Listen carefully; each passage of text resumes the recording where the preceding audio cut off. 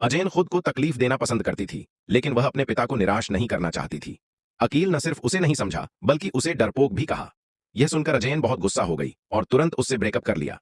इसके बाद वह बस में बैठकर वहां से चली गई। अगले दिन उसके पिता ने एक भव्य हस्तांतरण समारोह आयोजित किया। उन्होंने सभी फायर टाउन के लोगों को घोषणा की कि अब अजेन दुकान की जिम्मेदारी संभालेगी। यह कहते हुए उन्होंने फायर कबीले की परंपरा के अनुसार नीली ज्वाला उठाई और उसे अजेन को सौंपने के लिए आगे बढ़े।